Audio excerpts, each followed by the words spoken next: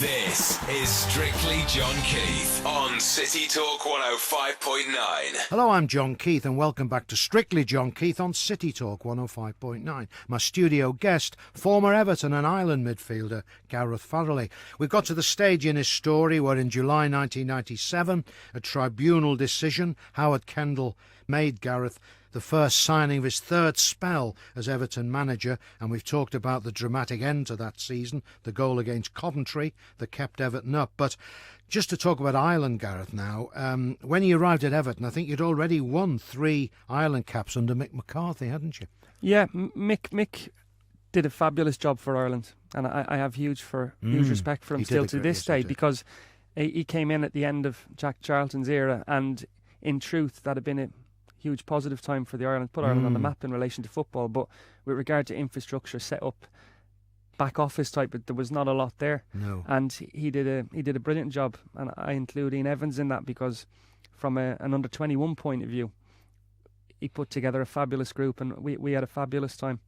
And with a huge amount of, you'd say Dublin or Ireland, Irish born lads breaking through at a similar time. So it was a good time.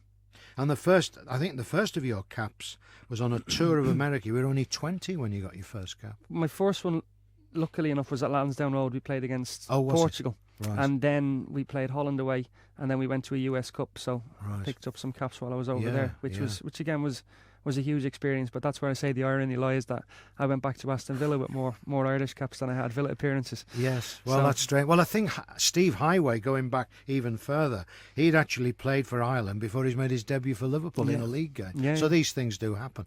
Those full caps completed the set because, as you mentioned, you won caps at schoolboy, youth, B international, under 21s who you captained, so you went right through the international set. Fabulous. And again, there's a few have done it, but to be able to say now 15, 16s youths, 21s B and full cap, it was I'm very fortunate. Yeah, because there's not a lot of players will have got the whole set like that. No. Will there? No. I don't think they're on eBay either, so it's not too bad.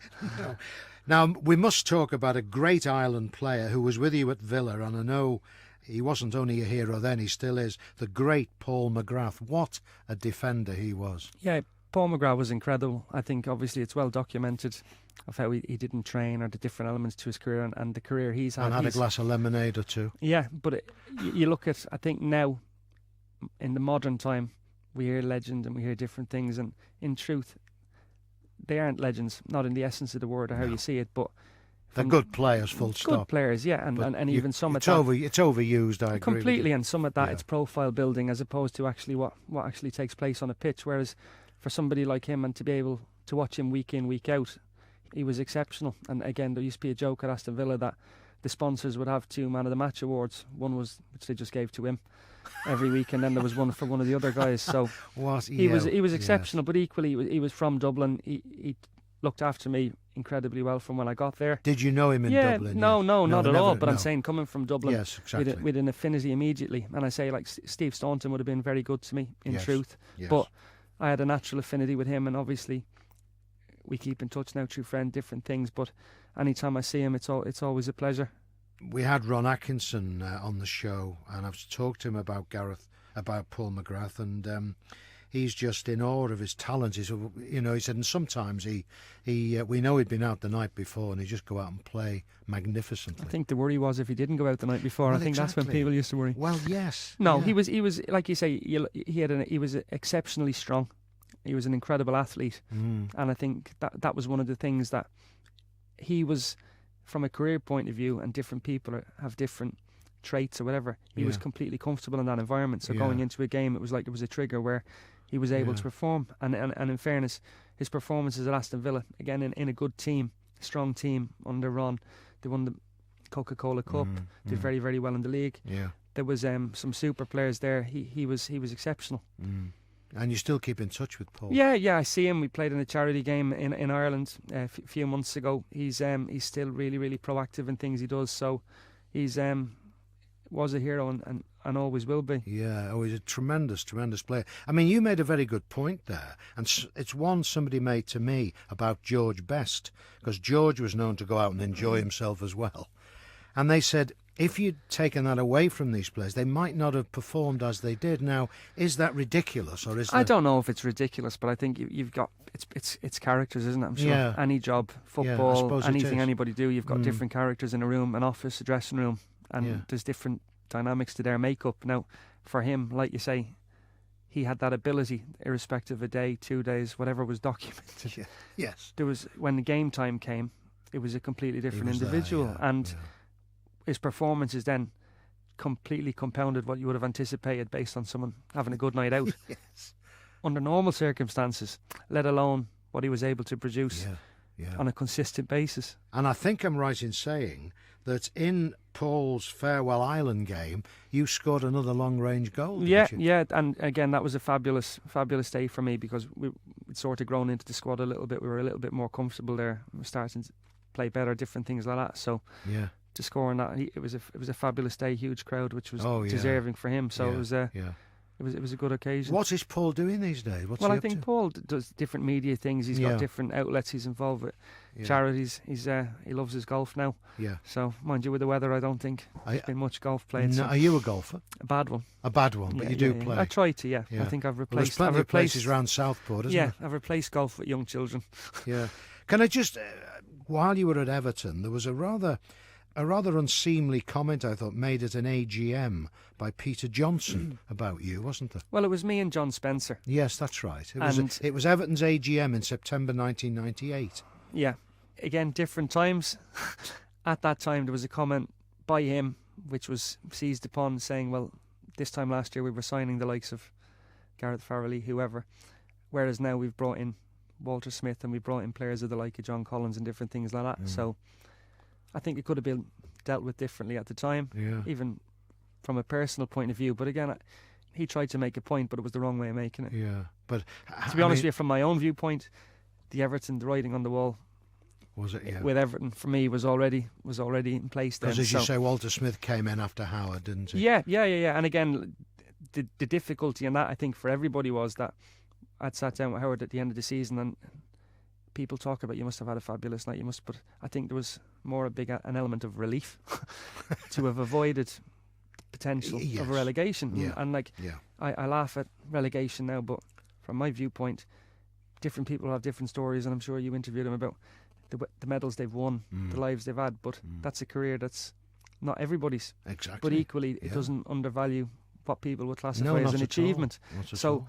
staying up and avoiding relegation in the circumstances we did would have been classified as a positive achievement. Yes, exactly. And to sit down and sort of say, right, that'll never happen again. We can't have that happen again. And like we've learned lessons and everybody's going to move forward. For Howard to be sacked then creates a huge amount of uncertainty, and then for a new manager to come in, and that's the same to this day.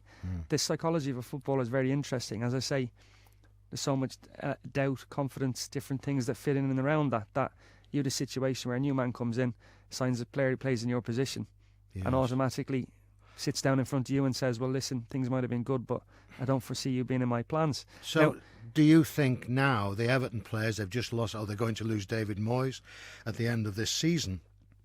Will they be wondering now? I wonder what's going to happen to me? No, I don't think so. As I say, that's down to the individual. And again, I'd have been a more complex character than probably a lot of what the lads are now. And I think that you're in a different situation as individuals because the players, this is a positive season. So they've just finished, Right. or they will have finished next week, a positive so it's a season. whole, So yeah. new manager different comes climate in. altogether. Yeah, and the likelihood is that there'll be more pressure on any manager coming in than there will be on any of the players who are, if you look within Everton's squad at the moment, you're talking about a very well-established group. Indeed.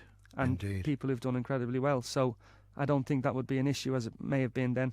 Right. No, it's a good point, Gareth. That. Anyway, you eventually moved on to Bolton in the winter of 1998, and again, an amazing start. Didn't you score with your first touch on your debut? Within the first few minutes, First at Sheffield United. Yeah.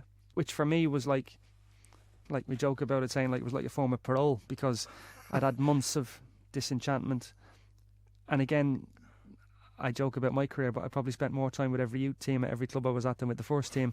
We'd fallen out of favour with Walter Smith. Football clubs, the politics of a club can be interesting. You're training with the youth team. Yeah. Very, very difficult to remain motivated. People may inquire about you, but you have a situation where you're surrounded in negativity. Oh, well, he's not doing this, or he's not doing that, or he's not whatever. Yeah. So a friend of mine who was a sports conditioner knew Sam and said, listen, he'd be well worth having a look at. And Sam had said, well, I've heard not too many good things about him. And he was like, well, take a chance, I'm telling you, it's not the case. So the loan deal there came about really from the back of that. Right. So right. This is Sam Allardyce. Yeah. I had an incredible debut, if you like. Mm-hmm. But that was on the Sunday, beat Sheffield United 2-1. My father dropped out of a heart attack on the Thursday, which sort of changed the dynamic of the loan. But I eventually ended up severing my ties from Everton and moving on to Bolton. And again, I had 5 years at Bolton, so the ironies being, although it may have been looked upon that I contributed to their downfall by scoring the goal that kept Everton up, we equally went to in my second season, we got to the playoffs, and we came up through the playoffs and won it at Cardiff at the time, which again was a massive experience, because you sort of taken the decision to step down to try and get back up again, and that happened. Yes. So, and then I had an additional 3 years with them. But so you had a profound effect on the fortunes of two big clubs, didn't you? Yeah. But again, I was lucky, because at the time Bolton were starting to kick on. He was a young manager, had come in, had an impact, that was and did well. But he had some very, very good players there. Yeah. Well, after that, you had loan periods, or during that, loan periods at, I think, again at Rotherham, Burnley, Bradford City. Yeah. And then you joined Wigan in the summer of 2004. And then you went home to Dublin to become player manager of Bohemians. I think you were then the youngest boss in the League of Ireland, only 29. I was 28. 28, just gone 20, just close to going 29. But right. I'd become disenchanted with football. I'd fallen out of love with it. And I think, like you say, you speak about loan deals there, but I think I'd have probably gone on loan anywhere not to be at Bolton. So you end up in up in a spiral. Yeah. I went to Burnley on loan, which was a difficult loan. Didn't go very well. I went to Bradford under Brian Robson and Colin Todd, and in fairness, I had a fabulous time with Brian Robson. Yes. But again, Bradford were in financial difficulties at the time. I took the option of going to Wigan on a short-term contract because my wife was expecting first child. Yeah. So it became more about the logistics rather than the football. I had a difficult time at Wigan, and by the end of that season, having left Bolton, carrying the baggage of all the negativity around what I did, I could imagine. I thought, I've played for good managers, bad managers. Yeah. I've been given an opportunity to be a player manager. I'll go and do my own thing. Yes. I had huge belief in the talent in Ireland, which I still have today, and I went home with quite a firm plan of how we would look at nurturing and developing the talent, but also maximising what was there. The problem is, you think you've got problems with managers, but then you inherit a chairman and a board of directors. Oh, yeah. So it created different challenges, that did. But again, from a 2-year point of view, it was an incredible experience and learning curve.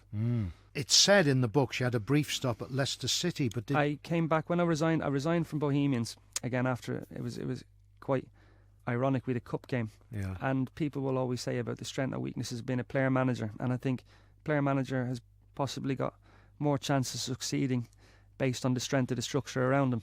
Now, Bohemians was going through a very, very difficult time financially at that while I was there, in a time where a lot of people had affluence and money, football clubs especially. Some of the budgets in the League of Ireland at that time exceeded possibly League One budgets.